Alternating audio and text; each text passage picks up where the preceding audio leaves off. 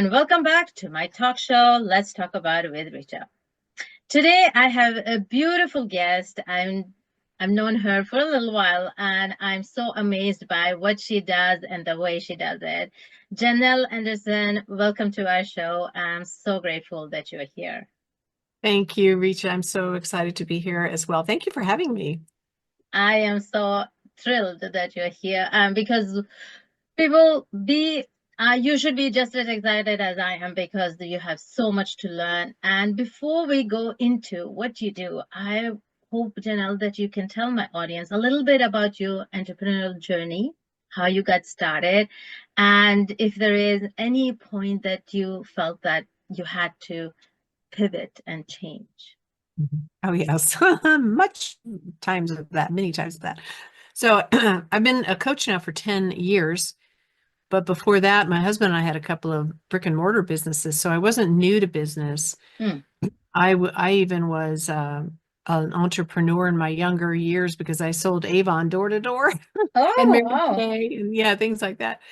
But I was also a teacher for many years. And when I stepped into coaching, we had closed our businesses and I had been working as an office manager.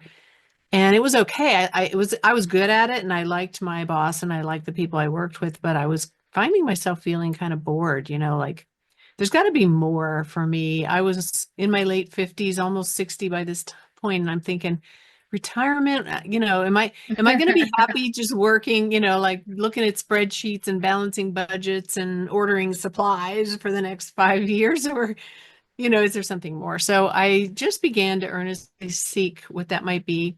I knew that I wanted to have my own business, but I had never heard of coaching at all Okay. at that point. Yeah. So in that job that I had, they gave everyone the Strengths Finder assessment by Gallup, and then somebody coached me around my strengths. And I loved that so much because I love things like that anyway. And I thought, wow, maybe I could be a coach and coach people around their strengths, And so I looked into that. And the more I looked into coaching, the more I thought, well, I don't want to just be a strengths coach. I want to be a coach and coach people around everything. And Mm. so found a really good school, uh, went ahead and made that big investment, even though it was a big leap for me. And at the age of 61, I officially started my coaching business. So, Wow. yeah. Amazing. Yeah. And I have never regretted that at all. It's been an amazing journey, I can And you were I can asking about imagine. pivoting. You were asking me about pivoting. Like that's been one of the biggest lessons I think I've learned in 10 years is that when you're in business, you have to be flexible, go with the flow, and things do change and you will pivot and it's okay. Yeah. You just learn more and you evolve especially in coaching or in any type of business, you start to evolve and you start to learn more things. You do learn more Mm. things. You don't just Mm. start, you do. And you grow Yeah. as a person, you grow as a business owner, and you just, it's like getting that train on the track and you go wherever it takes you. Wherever it And takes so you. Yeah. it's been many, many changes and pivots over the 10 years so far. Oh, it sounds amazing. I mean, oh my God. And you must be so good at and the credibility that you get because of your life experience as well. I remember when I started as a coach, I was pretty young. I was in my late 20s, Wow. and it was difficult to get the credibility, even though I had experienced a lot of things. People were like, but what kind of life experience do you have, to coach Yeah. us, to coach No, me? only 20 something. Yeah. Uh-uh. Yeah, Yeah, I can see that happening for sure. yeah, Yeah. yeah. Oh, and That is something amazing. about coaching. I think that is something about coaching. Not that you can't coach when you're younger, but there is something about life experience that Yeah, really makes yeah.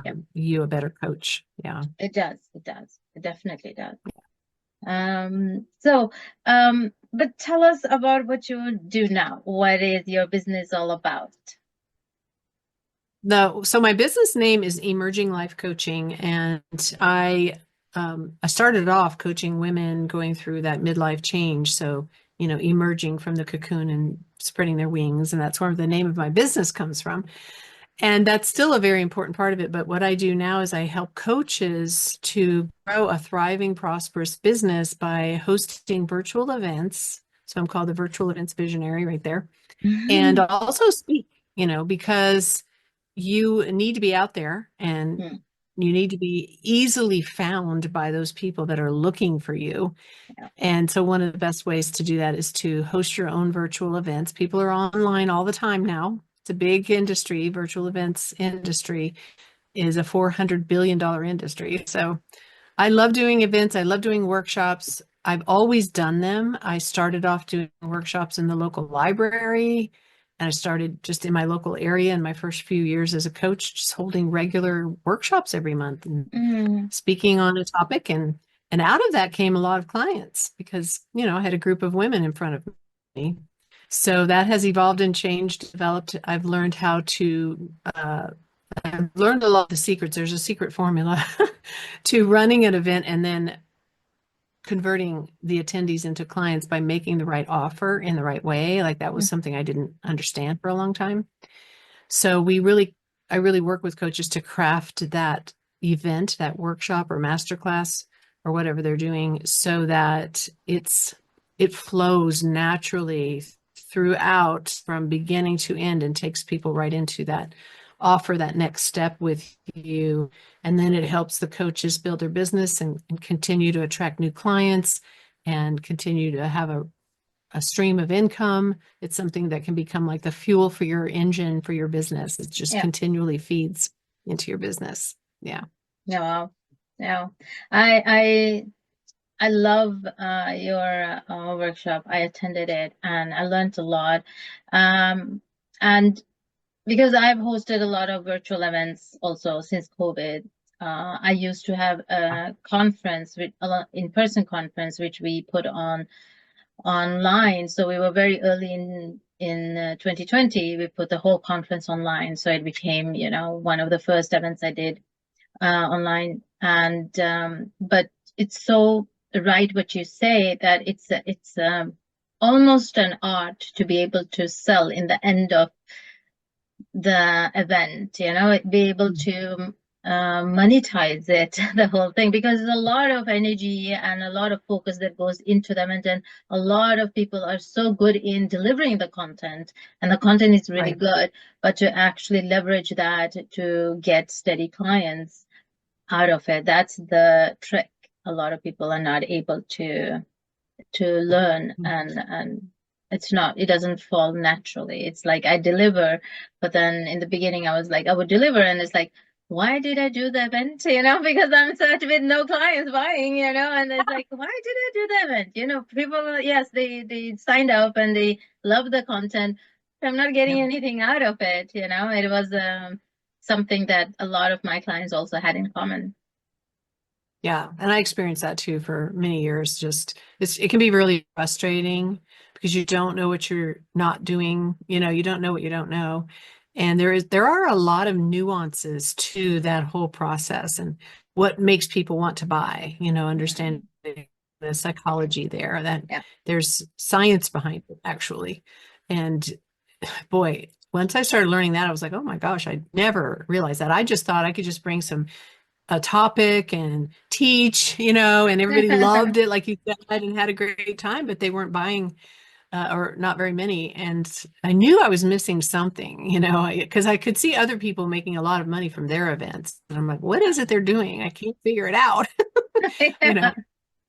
Yeah. So I started learning by training with my mentor. I, signed up for a really big program and he taught us all this stuff and what is the psychology of why people buy and how to set up your event so that you just naturally make an invitation and people see the value and they want it. So then I started working with him on his events, his 3-day events where he was selling his high ticket programs and making 6 figures in one weekend. And I was like, oh my gosh, wow, and there are a lot of people doing that. And the ones that are doing it successfully have figured out that formula and are using it. Mm, And so once I started putting that together and using it, then I started seeing the Mm. change, then I started, being able to make money from my events and bring in clients, and it's just so much easier. So along the way, I thought, well, this would be a really good thing for coaches to learn how to do, because originally I wasn't really teaching people how to do virtual events. I was helping people to speak with confidence, Mm. business owners and women especially. And then my mentor said, you should teach people how to do virtual events because you've been doing it for so long. And I thought, I don't see too many people teaching that. Maybe I should, Yeah, you know? Yeah, definitely. I think that's the clue, doesn't matter which strategy one use, but to be able to monetize it. And I think for those who like doing virtual events, that trick needs to be learned. exactly. Other people do other things, but I think this is easier if you want to run your online business that way. Yeah. But do you have a lot of in-person workshops or only online, virtual events? Right now, I'm only online. I have not done an in-person event of my own since COVID. I used to do them regularly. And then because I got so into the online events, I'm like, well, why would I want to do all that extra work? Yeah, And, it you is an know, extra work, but I find it very giving to meet yeah, people I in enjoy person. them. I enjoy going to them, but I haven't had I've thought many times maybe I should do another, in-person workshop. And there's a couple of entrepreneurs in my area that are doing them. And I'm like, maybe I should team up with somebody.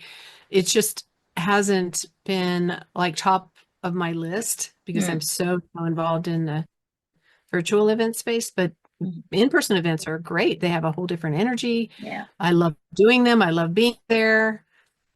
So it's just a different set of things you have to do. You have to yeah, get the space and, yeah, provide them the food, and you really should have insurance. So in case somebody gets injured, and then people have to come and travel there. I have a lot of good friends who that's what they specialize in is in-person events, and they swear by it. They're like, virtual events are going away. This is the thing. And I'm like, no, virtual events are not going away. No, I mean, definitely not. They're not No, going anywhere. I mean, because no, we're international, the virtual events are not going right. anywhere. No, But no. I think yes, a lot of the in-person events are also coming back, Yes, they are. and a Yeah, lot of the events are hybrid, for those yes, people who are able to come there and they are also doing digital viewing.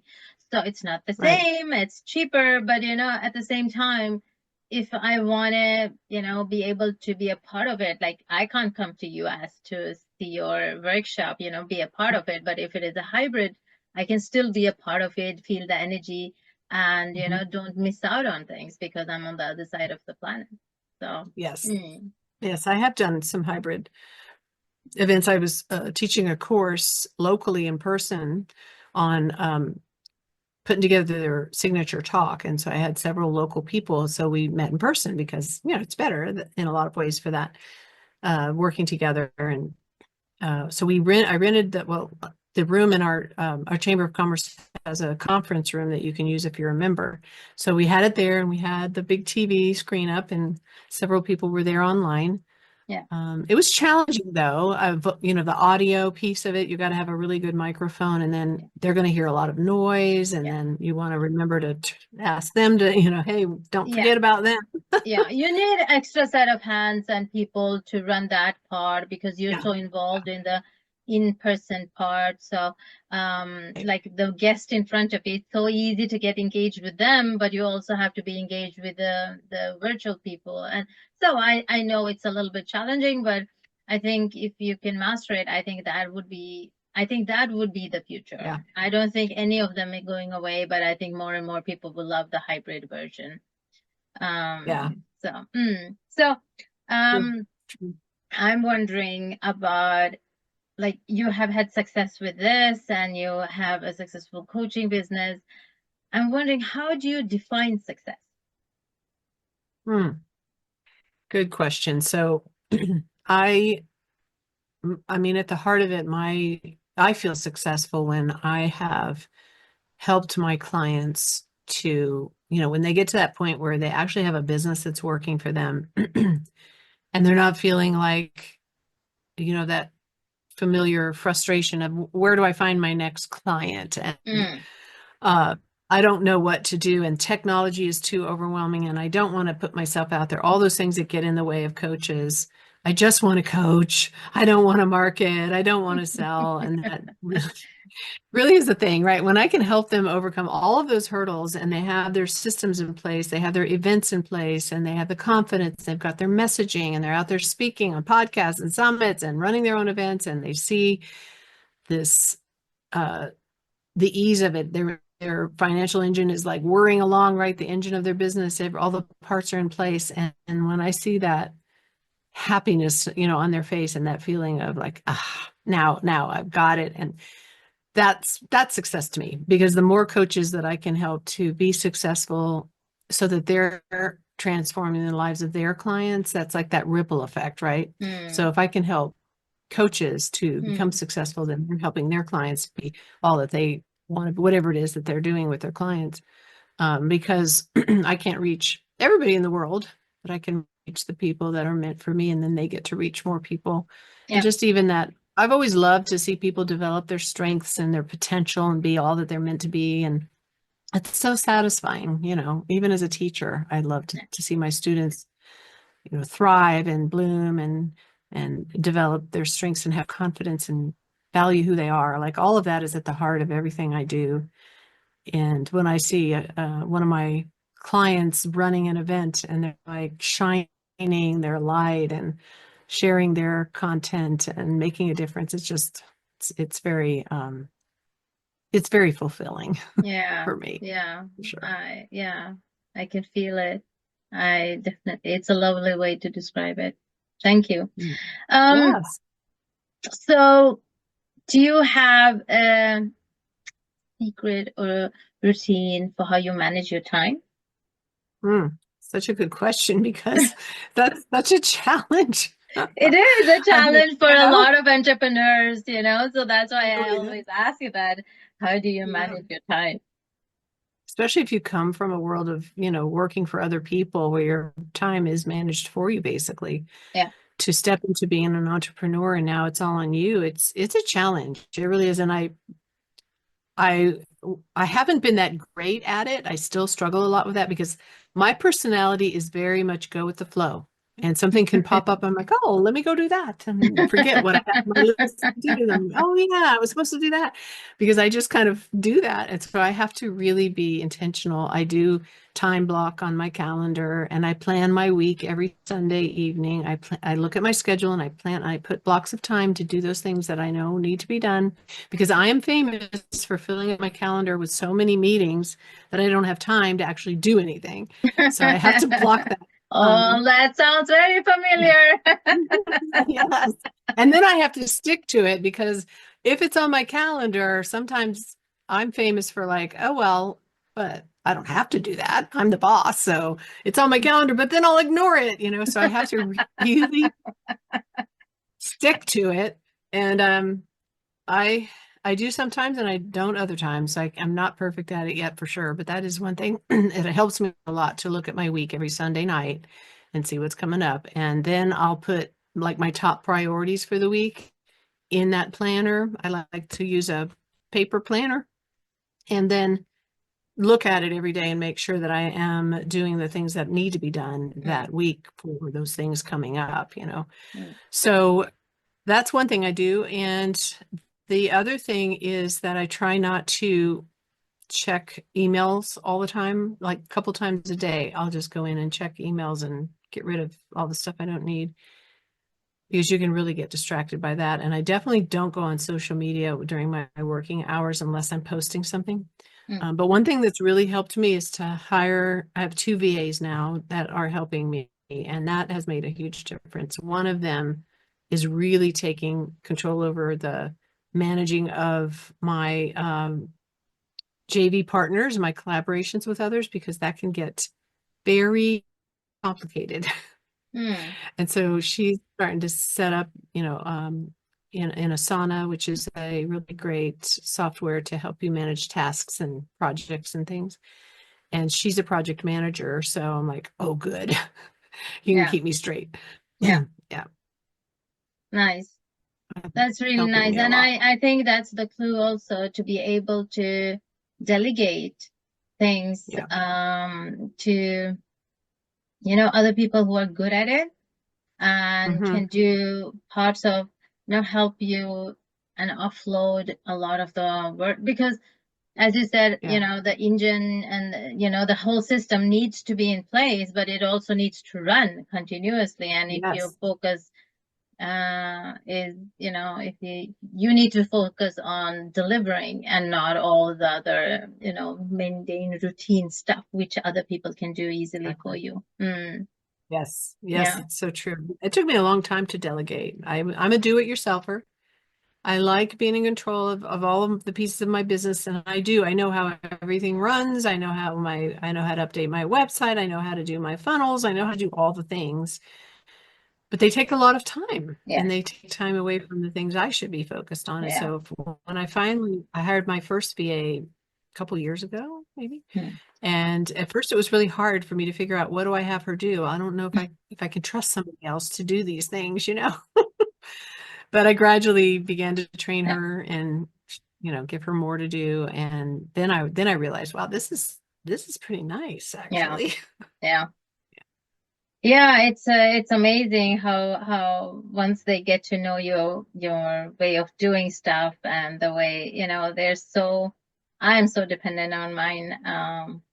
So it's lovely to have them, that Yeah. team, to be able to trust that everything keeps on going, and you can actually take a little time off without feeling guilty. Oh, I have to do all of these things. I think that's the stress a lot of people don't can't get rid of. There's always something to do. So if you can delegate something, you can rest with that good conscience that yes, it will still be taken care of. You don't have to do it. You can breathe in between the Yeah. we call it It's so punches. easy to just work 24/7, when you're your own boss and you have an online business and you work from home and like it's right here.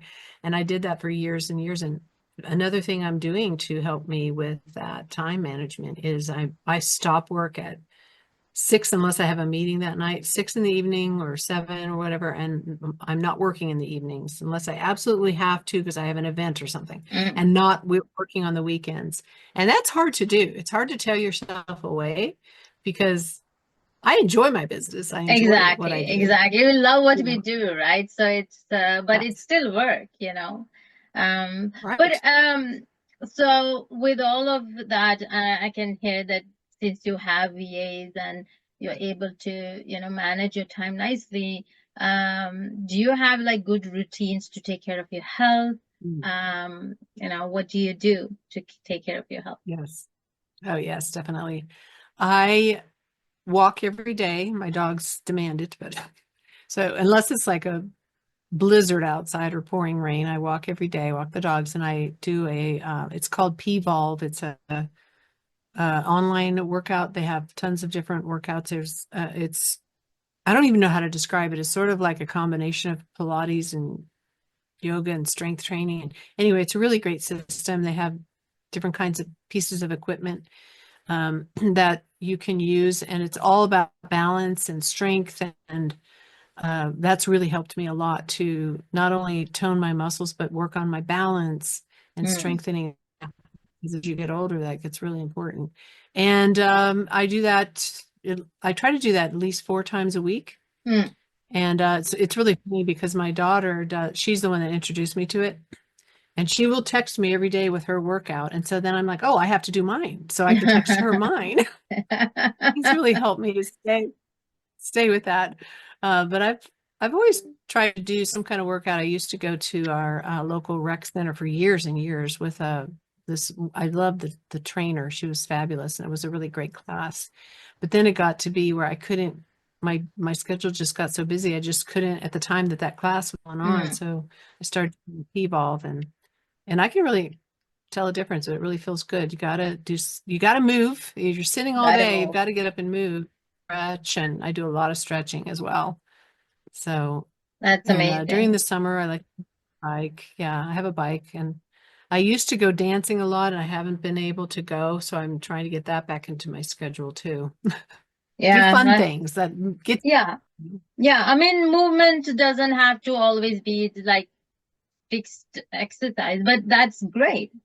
But the Yeah. most important thing is to move, you know, to be able to be active, as you're saying, stretching, maybe between the meetings, if you can stretch a little, you know, walk a little. So I think it's important to distribute it evenly throughout the day and not just think, okay, I'm just going to the gym 1 hour and that's the whole movement I'm going to do the whole day. What I've seen with the experience is that a little bit movement throughout the day is much more effective and you sleep better. Yeah. Yeah. Yeah, I try. Yeah, I'll go for my walk in the afternoon, and I also have a standing desk, so throughout the day I'll stand and work for a while. Mm, And what was I gonna? Oh, and also, eating healthy is super important. So I make sure I eat really healthy, stay away from too much sugar and stuff, and just mm, eat real food, um, protein shakes and salads and stuff like that. And then the sleep part of health is so important too. And that's something I've struggled with a lot as I've gotten older and I'm postmenopausal, and it's like, it's a thing, right? Some nights I'm later awake, I'm tired, but I can't go to sleep. So yeah. essential oils are good for that. I Yeah. use those a lot. Yeah. That's Yeah. really good. And thank you for sharing that. So, in the Mhm. last question, I just want to ask you, do you have any good advice for people who are coaches who want to start with virtual events or just starting out their service businesses? Do you have any good advice? What should they look out for or what mistakes should they avoid? Any advice? I have lots of advice. The one main piece of advice I would give to coaches, especially if they're in the first few years of their business, if you have not yet invested in a good business mentor, somebody that can show you the business side of things, Yeah. do that. Because I didn't for 6 years. I tried to do it on my own and I only Mm, got so far. And I kept running up against that thought of, oh, I've already invested so much money in my coaching training. And it's just, like I never quite had enough because I didn't know what I didn't know. And so I was mm, never making enough. It was that initial leap to make that investment with a business mentor who could mm, show me how to the business side of things. Because we learn how to be a coach, they don't teach you that. And a lot of coaches have this mindset starting off like they don't see it as a business. They don't understand that they're a business owner. mm, They just think I'm a coach. That has that has stopped so many coaches from really doing well and making progress fast. I mm. look back and I think if I had only done that years earlier, where would I be today? Yeah. So Yeah. I think that's one of the biggest ones. And I talk to a lot of new coaches. I'm a mentor coach for a coach training school. So I talk to new coaches all the time. And I see that over and over and over again. It's that same, like, well, I don't really want to think about business. I just want to coach. And I'll say, but how are your clients going to find you? Well, I don't know. I'll just post on social media. Okay. Um, like, why aren't people coming to me? So that's it. Like really, and I remember talking to a coach early on. I was just out of school and she was a year ahead of me. We went to the same school and she was already making six figures. And I was like, how are you doing that already? And she said, because I realized right away that it was just as important to invest as much into my business building as I did into my coach training if I wanted to Oh, be successful. Never forgot that, I mean, but it took me a long that's time. really good that that she had that insight or awareness that I would say that because I totally agree with you that a lot of new coaches, not just coaches, but I mean a lot of healers and a lot of people who are so passionate about changing people's life. They're so passionate about it. They don't want to look at the business side of it because they're so good in what they do. No. They don't want to keep on doing. They're being in that bliss.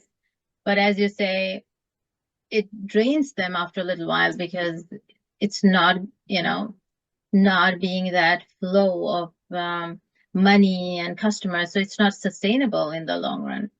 So yeah, It's not. You can't help all those people that you want to help because you have to have money coming into your business in order to do that. mm, And I know it's hard. Like most coaches and healers are not business minded. Like they're the type of person that their personality is just to help. That's the way I was too. And I thought I didn't want to market. I didn't want to sell. I didn't want to think about websites and funnels and all that stuff. But then I decided, well, you know what?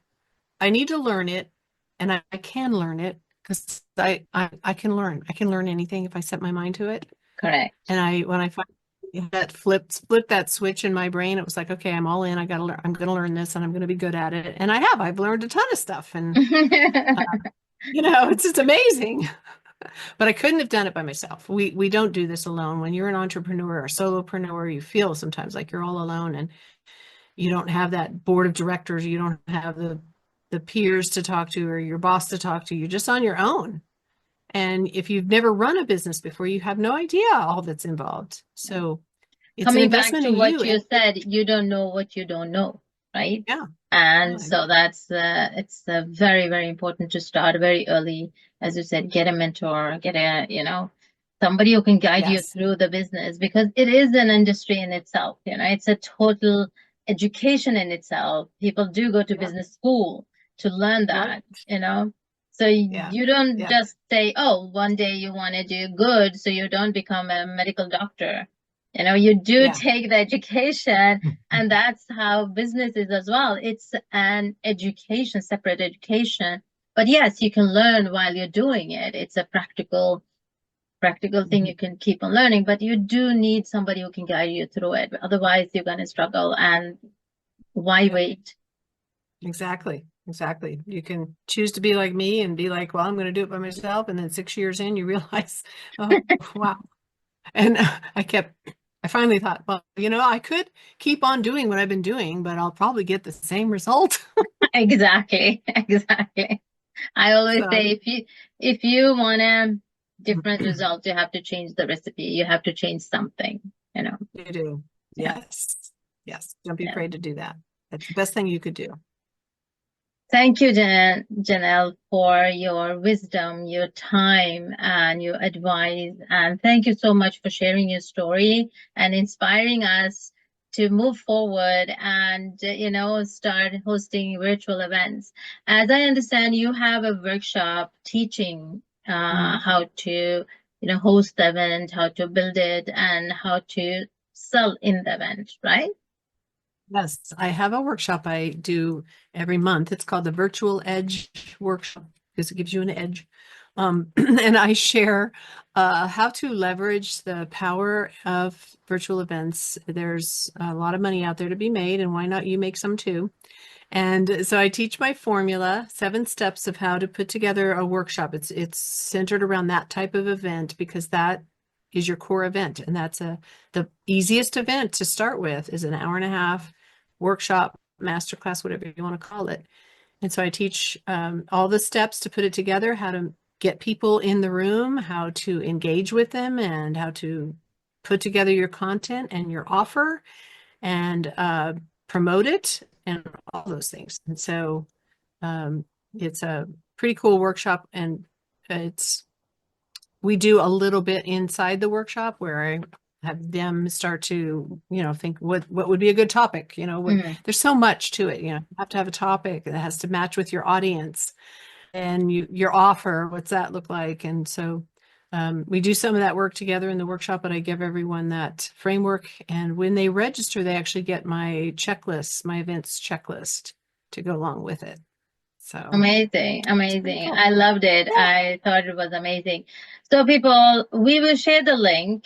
If you are planning to do a virtual event, or maybe you already have a space, you built a brand, you built a space where you do virtual events and you want to leverage it, take Janelle's workshop because it's totally worth it. There's always something to learn, even if you've been doing it for a while, there's always something new to learn. So check out the link and register for her next workshop. And I love the workshop, so I highly recommend it.